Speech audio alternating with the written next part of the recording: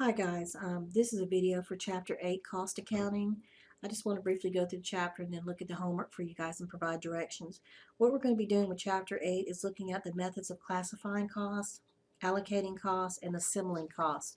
As you go for the first couple, maybe 4 or 5 pages, it gives you definitions that you need to know as you're going into doing the homework problem.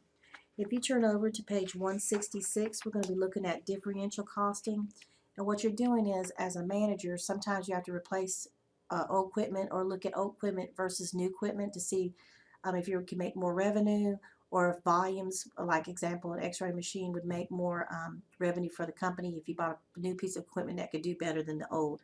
But what we're looking at is problem 8.1 on the bottom of page 166.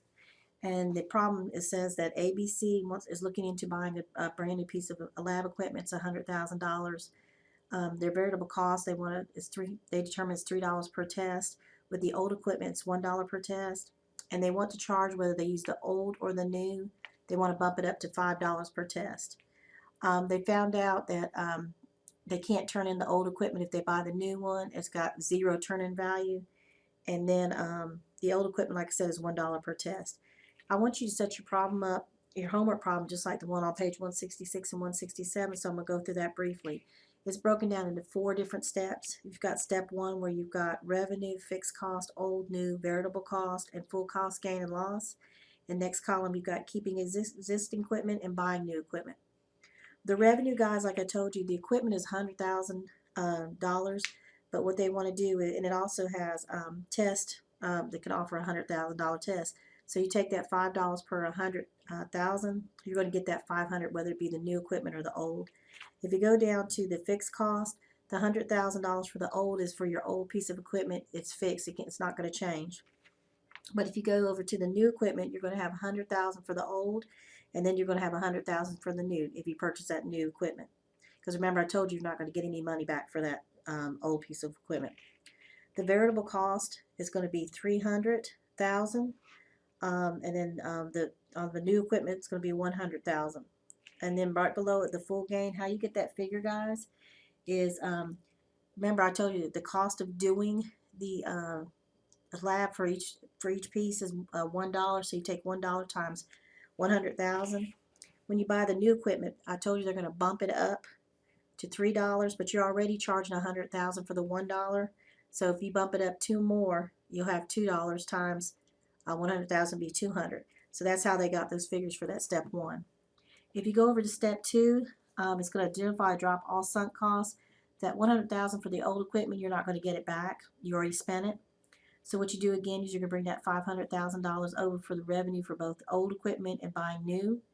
Where you have old, you're going to put that $100,000, but we're going to put a line through it because it doesn't count. And again, you're going to put it over where the new equipment is, because $100,000, you have to keep that old equipment. You're not getting anything in return. So go ahead and cross out the old. The new is going to be $100,000, and your variable cost is still going to be that $300,000, because we took $3. We're increasing the cost times 100,000, and then buying the new equipment, it's going to be 100,000. Step 3, we're looking at identifying and dropping all costs and revenue that do not differ between the options or the choices that you have. Set up the problem again. It just said drop all the revenue, so the first line will be a line drawn through it. You put your 500,000 in there and just draw the line through. Your cost for a new piece of equipment is going to be $100,000, and your variable cost is going to stay the same. It's going to be $300,000 and $100,000. And down to step 4, it says select the best alternative based on the remaining cost and revenue information. On step 4, you're looking at the 300,000 is going to be that 100 times 3 for the cost, and then buying the new equipment. Because remember, we already had one already for $100,000, so we're just going to take. It was charging $1 for 100,000.